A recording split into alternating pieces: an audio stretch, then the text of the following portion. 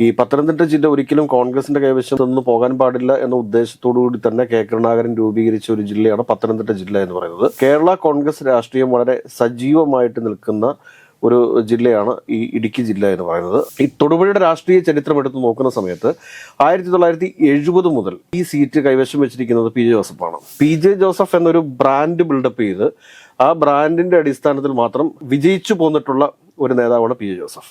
ഈ P J ജോസഫിനെ പരാജയപ്പെടുത്തിയ അന്ന് മുതലാണ് തൊടുപുഴക്കാർ ശരിക്കും പറഞ്ഞു കഴിഞ്ഞാൽ വികസനം എന്ത് എന്നറിഞ്ഞിട്ടുള്ളത്. പക്ഷെ പി ജെ ജോസഫ് തൊടുപുഴക്കാർക്ക് എങ്ങനെ പ്രിയപ്പെട്ടവനായി, അതെങ്ങനെയെന്ന് അവർ സ്വയം ചോദിച്ചു തുടങ്ങിയാൽ അദ്ദേഹം തൊടുപുഴയ്ക്ക് വേണ്ടി എന്ത് ചെയ്തു എന്ന് ചോദിച്ചു കഴിഞ്ഞാൽ ഒരു ബൈപ്പാസ് കൊണ്ടുവന്നു എന്നതിനപ്പുറത്തേക്ക് മറ്റൊന്നും ചെയ്തിട്ടില്ല.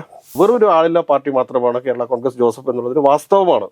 അപ്പോൾ അതുകൊണ്ട് ഇടുക്കി ജില്ലയിൽ ഒന്നും സംഭവിക്കാൻ പോകുന്നില്ല. അവിടെ CPM-ഉം CPI-യും കേരള കോൺഗ്രസും തന്നെയാണ് ഏറ്റവും വലിയ പാർട്ടികൾ. നമസ്കാരം. വരാനിരിക്കുന്ന നിയമസഭാ തെരഞ്ഞെടുപ്പിൽ ഇടുക്കി ജില്ലയിലെ ഒരു മുന്നണി സാധ്യതകൾ പരിഗണിക്കുമ്പോൾ അവിടെ ഇടതുപക്ഷത്തിന് അനുകൂലമായിട്ടുള്ള ഒരു സാഹചര്യമാണുള്ളത്. പി ജെ ജോസഫ് ഒഴിച്ച് വാടൂർ സോമന്റെ അസാന്നിധ്യമുണ്ട്.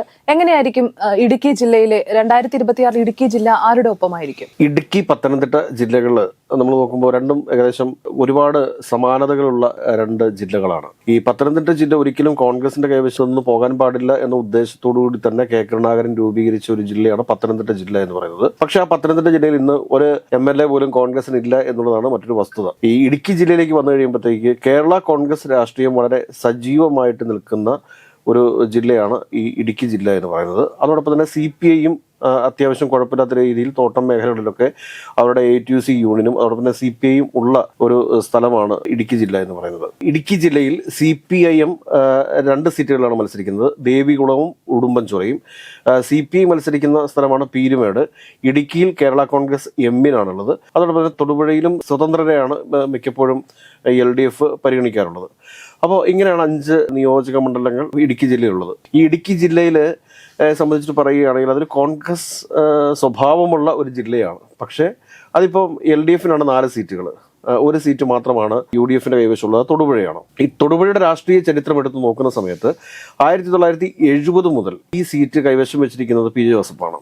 ഇടയ്ക്ക് 1991-ലും അതോടൊപ്പം തന്നെ 2001-ലും PT തോമസ് അവിടെ നിന്ന് പി ജെ ജോസഫിനെ പരാജയപ്പെടുത്തി നിയമസഭയിലെത്തിയിട്ടുണ്ട്. തൊടുപുഴ മണ്ഡലത്തെക്കുറിച്ചാണ് കൂടുതലായിട്ട് നമ്മൾ പരിശോധിക്കേണ്ടതായിട്ടുള്ളത്. കേരള കോൺഗ്രസ് ജോസഫ് എന്ന് പറയുന്ന പാർട്ടിയുടെ സംസ്ഥാന ചെയർമാൻ മത്സരിക്കുന്ന ഒരു നിയോജക മണ്ഡലമാണ് തൊടുപുഴ എന്ന് പറയുന്നത്. ഈ തൊടുപുഴയെ സംബന്ധിച്ച് പറയുമ്പോൾ 1970 മുതൽ 90 വരെയുള്ള കേരള കോൺഗ്രസ് ജോസഫിന്റെയും പി ജെ ജോസഫിന്റെയും ഒക്കെ പ്രവർത്തനത്തെ നമ്മൾ അവലോകനം ചെയ്യുകയാണെങ്കിൽ വളരെ മോശപ്പെട്ട ഒരു അഭിപ്രായമാണ് നമുക്ക് തൊടുപുഴയിൽ നിന്ന് ലഭിക്കുക. പി ജെ ജോസഫ് എന്നൊരു ബ്രാൻഡ് ബിൽഡപ്പ് ചെയ്ത് ആ ബ്രാൻഡിന്റെ അടിസ്ഥാനത്തിൽ മാത്രം വിജയിച്ചു പോന്നിട്ടുള്ള ഒരു നേതാവാണ് പി ജെ ജോസഫ്. 1991-ൽ PT തോമസ് അവിടെ നിന്ന് ആദ്യമായിട്ട് കോൺഗ്രസിന്റെ പാനലിൽ മത്സരിച്ച് പി ജോസഫിനെ പരാജയപ്പെടുന്നു. ഈ പി ജോസഫിനെ പരാജയപ്പെടുത്തിയ അന്ന് മുതലാണ് തൊടുപുഴക്കാർ ശരിക്കും പറഞ്ഞു കഴിഞ്ഞാൽ വികസനം എന്ത് എന്നറിഞ്ഞിട്ടുള്ളത്. അതുവരെ പി ജോസഫ് ചെയ്തുകൊണ്ടിരുന്നത് എന്താണെന്ന് വെച്ച് കഴിഞ്ഞാൽ അദ്ദേഹത്തെ സംബന്ധിച്ചിട്ട് അദ്ദേഹം എങ്ങനെ വിജയിച്ചു കയറും, പിന്നെ സംസ്ഥാന രാഷ്ട്രീയത്തിലെ കരുനീക്കങ്ങളാണ് അദ്ദേഹം നടത്തിക്കൊണ്ടിരുന്നത്. അതല്ല തന്നെ അപ്പുറത്തേക്ക് മണ്ഡലത്തിന്റെ വികസനത്തെക്കുറിച്ചൊന്നും പി ജോസഫ് ബോധേഡായിരുന്നില്ല. ഈ കഴിഞ്ഞ ദിവസങ്ങളിലൊക്കെ ഈ തൊടുപുഴ ഭാഗത്തുള്ള പല ആളുകളുമായിട്ട് സംസാരിക്കുന്ന സമയത്തും അവർ പറയുന്നത് വെച്ചാൽ ശരിക്കും പറഞ്ഞു കഴിഞ്ഞാൽ ഈ തൊടുപുഴയുടെ വികസന നായകൻ എന്ന് പറയുന്നത് PT തോമസ് ആണ്. PT തോമസ് 1991-ൽ അവിടെ നിന്ന് മത്സരിച്ച് വിജയിക്കുകയും അന്ന് അദ്ദേഹത്തിന് മന്ത്രിയൊന്നും ആകാൻ സാധിച്ചിട്ടില്ല. കാരണം അന്ന് കെ കരുണാകരനാണ് കേരളത്തിന്റെ മുഖ്യമന്ത്രിയായിട്ടുണ്ടായിരുന്നത്. അപ്പോൾ ആ സമയത്ത് അദ്ദേഹത്തിന് മന്ത്രിയാകുമെന്ന് പ്രതീക്ഷിച്ചിരുന്ന ഒരാളാണ് PT തോമസ്. പക്ഷെ മന്ത്രിയാകാനൊന്നും സാധിച്ചില്ലെങ്കിലും ആ നിയോജക മണ്ഡലത്തിന് വേണ്ടി ഒരുപാട് പദ്ധതികളും കാര്യങ്ങളും ഒക്കെ ആവിഷ്കരിക്കാനും നടപ്പിലാക്കാനും തുടക്കം കുറിക്കാനും ഒക്കെ PT തോമസിന് സാധിച്ചിട്ടുണ്ട്. ആ PT തോമസിനെ ഇവർ തേജോവധം ചെയ്യുന്ന ഒരു രീതി ഉണ്ടായിരുന്നു. ഈ പി ജെ ജോസഫ് ഗ്രൂപ്പിൽപ്പെട്ട ആളുകൾ അന്ന് പി ജോസഫ് LDF-ന്റെ ഭാഗമായിട്ട് നിൽക്കുന്ന സമയമാണ്. അന്ന് PT തോമസ് എന്ന ആ ഒരു വികസന നായകനെ, അല്ലെങ്കിൽ പ്രകൃതിയോട് ചേർന്ന് നിൽക്കത്തക്ക തരത്തിലുള്ള വികസന കാഴ്ചപ്പാടുള്ള ഒരു ഹരിത MLA ആയിരുന്നു PT തോമസ് എന്ന് പറയുന്നത്. PT തോമസ് മരിച്ചതിന് ശേഷം മാത്രമാണ് PT തോമസിന്റെ ഒരു മഹത്വം കേരളത്തിലെ പൊതുസമൂഹത്തിന് മനസ്സിലായിട്ടുള്ളത്. അപ്പോൾ അങ്ങനെയുള്ള PT തോമസിനെതിരെ വളരെ മോശമായ പ്രചരണം നടത്തിയ ഒരു വ്യക്തി കൂടിയാണ് പി ജെ ജോസഫും അദ്ദേഹത്തിന്റെ പാർട്ടിയും എന്ന് നമ്മൾ മനസ്സിലാക്കണം. ഇന്ന് പി ജെ ജോസഫും അദ്ദേഹത്തിന്റെ പാർട്ടിയും ഇന്ന് UDF-ന്റെ ഭാഗമാണ്. അപ്പോൾ അഭിമാനത്തോടു കൂടിയാണ് UDF-കാര് പി ജെ ജോസഫിനെ കൊണ്ടു നടക്കുന്നത്. പറയുമ്പോൾ എന്താണ്, PT തോമസും UDF-കാരുടെ ഏറ്റവും വേണ്ടപ്പെട്ടയാളാണ്. എന്നാൽ പി ജെ ജോസഫും ഇപ്പോൾ ഇവർക്ക് വളരെ വേണ്ടപ്പെട്ടയാളായിട്ട് മാറി എന്നുള്ള ഒരു രാഷ്ട്രീയ വൈരുദ്ധ്യം കൂടി അവിടെയുണ്ട്. അതിനുശേഷം പിന്നീട് 2001 ഈ 96 ശേഷം വീണ്ടും ഈ P J Joseph P T തോമസിനെ പരാജയപ്പെടുത്തുന്നു. അതിനുശേഷം ഇദ്ദേഹം പി ജെ ജോസഫ് മന്ത്രിയാവുന്നു. മന്ത്രിയായതിനു ശേഷം ഒരുപാട് വികസന പ്രവർത്തനങ്ങളൊക്കെ പിന്നീടാണ് ബൈപ്പാസ് അങ്ങനെയുള്ള സംവിധാനങ്ങളും കാര്യങ്ങളും ഒക്കെ വരുന്നത്. പക്ഷേ ഈ ബൈപ്പാസ് അദ്ദേഹം അവിടെ കൊണ്ടുവരുന്ന സമയത്തും അദ്ദേഹവുമായി ബന്ധപ്പെട്ട് ഒരുപാട് റിയൽ എസ്റ്റേറ്റ് ലോബികൾ അവിടെ പ്രവർത്തിക്കുന്നുണ്ട് തൊടുപുഴയിൽ. പി ജെ ജോസഫ് വ്യക്തിപരമായിട്ടൊരു അഴിമതിക്കാരനാണ് എന്നൊന്നും പറയാനായിട്ട് ഞാൻ ആഗ്രഹിക്കുന്നില്ല. പക്ഷേ ആർക്കും ഒരു ഗുണവുമില്ല ദോഷവുമില്ല.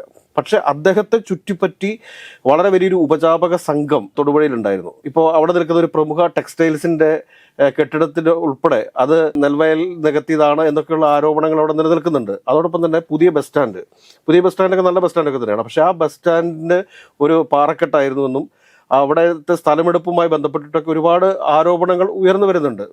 ആരോപണങ്ങളും പ്രത്യാരോപണങ്ങളും ഒക്കെ ഉയർന്നു വരുന്നുണ്ട്. അതായത് വികസന പദ്ധതിയോടൊപ്പം തന്നെയും ഇങ്ങനെ ഉയർന്നു വരാറുള്ളതാണെങ്കിലും അത് പ്രത്യേകം പരിശോധിക്കപ്പെടേണ്ട ഒന്നാണ്. പിന്നെ ഇദ്ദേഹത്തെ സംബന്ധിച്ചിട്ട് ഈ ബൈപ്പാസിനപ്പുറത്തേക്ക് തൊടുപുഴയിൽ വേറെ ഏതെങ്കിലും തരത്തിലുള്ള ഒരു വികസന പ്രവർത്തനം ഇദ്ദേഹം കൊണ്ടുവന്നിട്ടുണ്ടോ എന്ന് ചോദിച്ചു കഴിഞ്ഞാൽ ഇല്ല എന്ന് തന്നെ പറയേണ്ടി വരും. പക്ഷെ പി ജെ ജോസഫ് തൊടുപുഴക്കാർക്ക് എങ്ങനെ പ്രിയപ്പെട്ടവനായി, അതെങ്ങനെയെന്ന് അവർ സ്വയം ചോദിച്ചു തുടങ്ങിയാൽ പി ജെ ജോസഫ് തൊടുപുഴയ്ക്ക് വേണ്ടിയിട്ട് എന്താണ് ചെയ്തിട്ടുള്ളത് എന്ന് ചോദിച്ചു തുടങ്ങിയിടത്തു നിന്നും പി ജെ ജോസഫ് എന്ന ആളുടെ ഗ്രേസ് മാർക്ക് താഴേക്ക് വന്നു തുടങ്ങും. അദ്ദേഹത്തിന്റെ ഒരു ഗ്രേഡ് താഴേക്ക് വന്നു തുടങ്ങും. പി ജെ ജോസഫ് എന്ന് പറയുന്നൊരു പ്രതിബിംബമാണ്. അദ്ദേഹത്തെ ഇങ്ങനെ സൃഷ്ടിച്ചു വെച്ചേക്കാണ് പി ജെ ജോസഫ് സാർ. അദ്ദേഹം തൊടുപുഴയ്ക്ക് വേണ്ടി എന്ത് ചെയ്തു എന്ന് ചോദിച്ചു കഴിഞ്ഞാൽ ഒരു ബൈപ്പാസ് കൊണ്ടുവന്നു എന്നതിനപ്പുറത്തേക്ക് മറ്റൊന്നും ചെയ്തിട്ടില്ല. ഇപ്പോൾ അദ്ദേഹത്തിന്റെ കൂടെ ഒരുപാട് കേരള കോൺഗ്രസ് നേതാക്കന്മാരുണ്ട്, വലിയ നേതാക്കന്മാരുണ്ട്.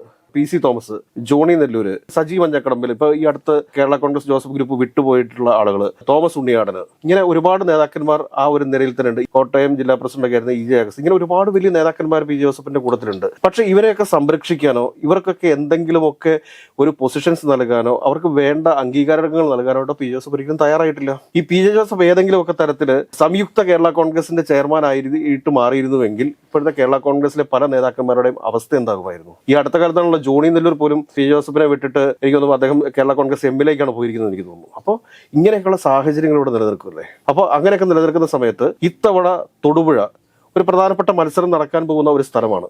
അവിടെ പി ജെ ജോസഫ് മത്സരിക്കുമോ അതോ അദ്ദേഹത്തിന്റെ മകനായിട്ടുള്ള അപ്പു ജോസഫ് മത്സരിക്കുമോ നമ്മൾ അറിഞ്ഞുകൂടാ.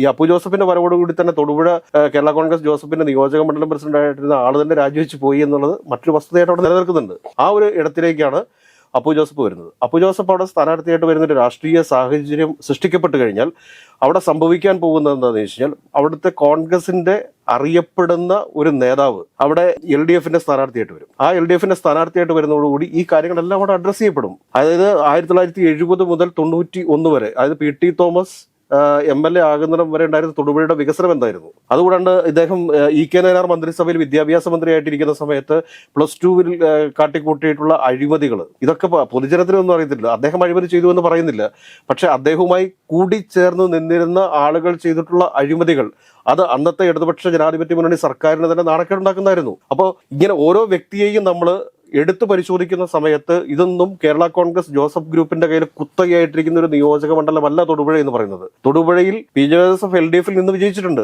അതിനുശേഷം അദ്ദേഹത്തിന്റെ ഭൂരിപക്ഷം വർദ്ധിച്ചുള്ളത് എപ്പോഴെന്ന് ചോദിച്ചു കഴിഞ്ഞാൽ അത് UDF-ന്റെ ഭാഗമായിട്ട് മത്സരിക്കുമ്പോഴാണ്. അതുകൊണ്ടാണ് ഞാൻ പറഞ്ഞത് ഇടുക്കി ജില്ല എന്ന് പറഞ്ഞത് കോൺഗ്രസ് സ്വഭാവമുള്ള ഒരു ജില്ലയാണ്.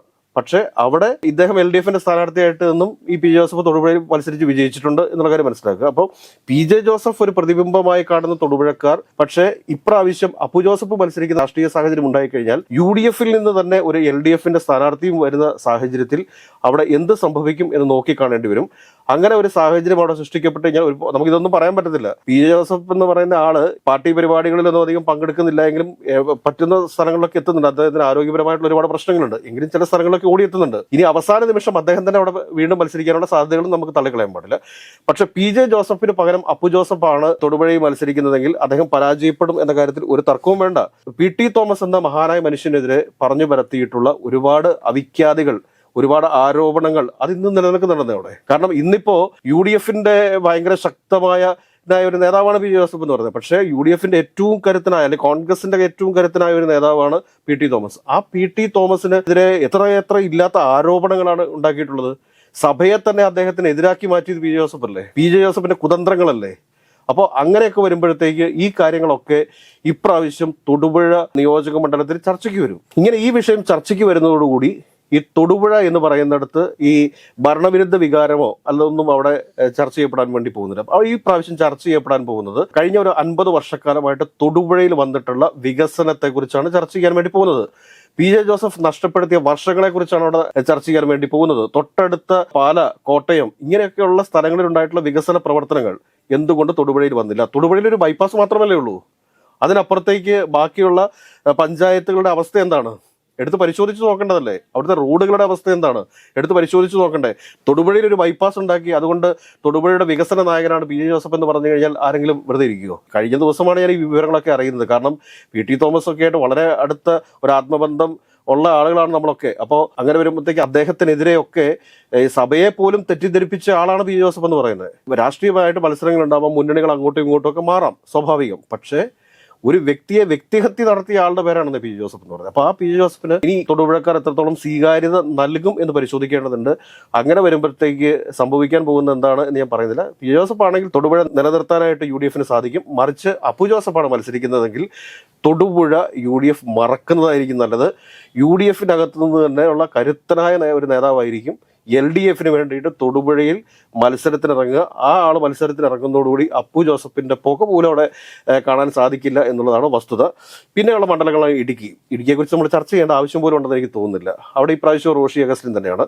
റോഷി അഗസ്റ്റിൻ അവിടെ നാട്ടുകാരുടെ MLA ആണ്, ഒരു ജനകീയനായിട്ടുള്ള MLA ആണ്. അപ്പോൾ ഈ നാട്ടുകാരുടെ MLA എന്ന് പറയുമ്പോഴത്തേക്ക് റോഷി അഗസ്റ്റിൻ ചില ചായക്കടകളിലൊക്കെ കയറുന്ന പൊറോട്ട അടിക്കുന്നത് കാണാം. ആളുകളുടെ കൂട്ടത്തിൽ ആ പ്രളയത്തിന്റെ സമയത്തൊക്കെ അദ്ദേഹം ഇറങ്ങി ആളുകൾക്ക് വേണ്ടിയിട്ട് ചെയ്തിരിക്കുന്ന കാര്യങ്ങളൊക്കെ അറിയാം. അതുകൊണ്ടാണ് ഇടുക്കി ഒരു UDF മണ്ഡലമായിരുന്നിട്ട് കൂടി റോഷി അഗസ്റ്റിൻ ഇടുക്കിയിൽ എത്ര വർഷം മത്സരിക്കുന്നോ അത്രയും വർഷം റോഷി അഗസ്റ്റിൻ ഇടുക്കിയുടെ MLA ആയിരിക്കും എന്ന കാര്യത്തിലൊന്നും ഒരു തർക്കവും വേണ്ട ആർക്കും. കാരണം അത്രയും ജനകീയനായിട്ടുള്ള ഒരു MLA ആണ്. റോഷി അഗസ്റ്റിന് ബദലായിട്ട് നിർത്താനായിട്ട് ഒരു സ്ഥാനാർത്ഥി ഈ നിയോജക മണ്ഡലത്തിൽ ഇല്ല എന്നുള്ളതാണ് അവസ്ഥ. ഇടുക്കിയിലേക്കും പീരുമേട്ടിലേക്കും ഒക്കെ ഈ KSUവിന്റെ സംസ്ഥാന പ്രസിഡന്റ് അലോഷ്യസ് സേവ്യർ തന്നെ ഒരു KSUവിന്റെ എത്രയോ വലിയ സമരങ്ങൾ നടന്നിട്ടുള്ള ഒരു സംസ്ഥാനമാണ് കേരളം എന്ന് പറയുന്നത്. അപ്പോൾ ആ ഒരു സമരത്തിൽ അദ്ദേഹത്തിന്റെ ഒരു ആക്ടിങ് കണ്ടായിരുന്നു. കിടന്ന് അലറി വിളിക്കുകയാണ്. അത് ബാരിക്കേഡിന്റെ മേളിലേക്ക് വേണ്ടിയിട്ട് കിടന്ന് അലറി വിളിക്കുന്നു. അലറി വിളിച്ചതിന് ശേഷം എണീറ്റ് പോയിട്ട് ആക്ട് ചെയ്തു. കാരണം എന്തിനാ ഈ അഭ്യാസം കാട്ടിക്കൂട്ടിയെന്നറിയോ? പീരുമേട് ഉപതെരഞ്ഞെടുപ്പ് വന്നാൽ പുള്ളി അവിടെ സ്ഥാനാർത്ഥിയാകുമെന്ന് വിചാരിച്ചിട്ടാണ്.